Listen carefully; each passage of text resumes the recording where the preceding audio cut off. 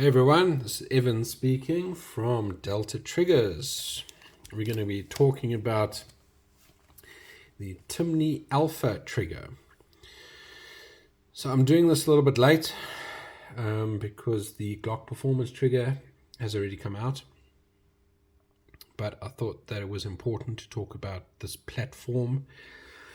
I do believe that without Timney's innovation, that potentially we wouldn't have seen the Glock performance trigger. But that's just my opinion. Anyway, let's just talk about the Timney trigger. So, very unique, creates a single action, much like the Glock performance trigger. It's got this that goes in the housing. That goes in the housing, and then you've got your trigger bar with your trigger shoe. I am a very big fan of the Timney trigger shoe. I really like it.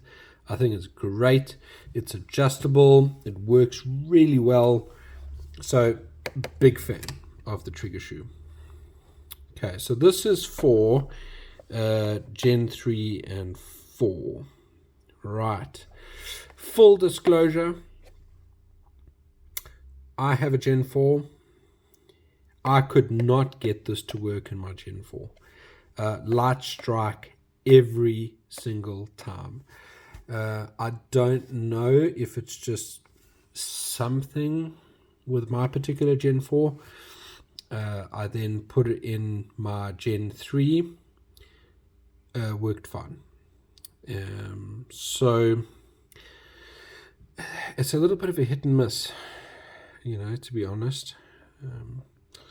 Don't really know what the outcome is going to be. So I got another one of these for a Gen 5. It is currently in my Gen 5. Okay, so much like the Glock performance trigger, it's under spring tension. Okay, so it returns naturally. A lot more difficult to get in.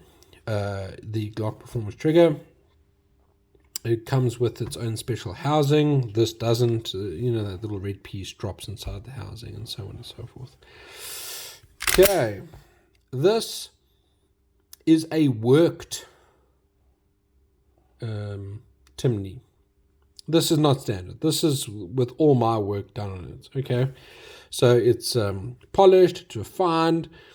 It has a refined ghost connector inside. So I've taken the pre-travel back as much as I can as per the standard trigger. Break about 90 degrees, and I've got the set screw in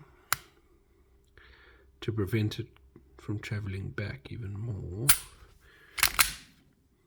So the reset is short, but it is so sluggish. I hate the reset on this thing. It is just so sluggish. And that's just, it's all got to do with the spring. Okay, so same as the Glock performance trigger. Don't use aftermarket spring sets. It's not going to really do anything for you. It's a single action. Striker sits fully reserved. Okay. Oh, there we go. Here's the red spring. I've used the red one because I wanted as much of an aggressive reset as I could get. Okay. But even then, still sluggish. There's a set screw. Okay. Try and minimize the over travel so you can have an aggressive reset. Everything is polished and refined. Here's your ghost connector. Let's just wait for that to focus. Okay. So with the ghost connector and everything refined, I mean, this actually breaks at like 2.5 pounds. I mean, it's really light. I mean, it's very nice. But I would much rather have a more aggressive system. Plus, and this is important, guys, I've had to hollow this out. You can check the hollow there. Alright? Because the striker, let me just take this out for you. Hello, striker. So this would drag along here, okay? It's just the design on the Timney. It would drag along here, and it would drag enough so that it loses most of its momentum, okay? And then it would only lightly hit the primer, and that's why you have a light strike, which is why this is a big issue. Okay. All right. So you create a little hollow so that it misses it when it moves forward. But that's just one of the mods that we do. So anyone out there that does have a Timney, you're experiencing problems, you want it extra refined, we offer the Timney Alpha Enhancement Service, and that basically solves all your issues that you could get. Light strikes, so on and so forth.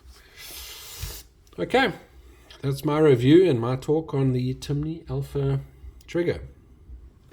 Like I said, really love the shoe. If you're looking to do an upgrade and you have another platform, for example, and you can get your hands on just the shoe, definitely worth it. The shoe is amazing, so go with that. Right, thanks everyone.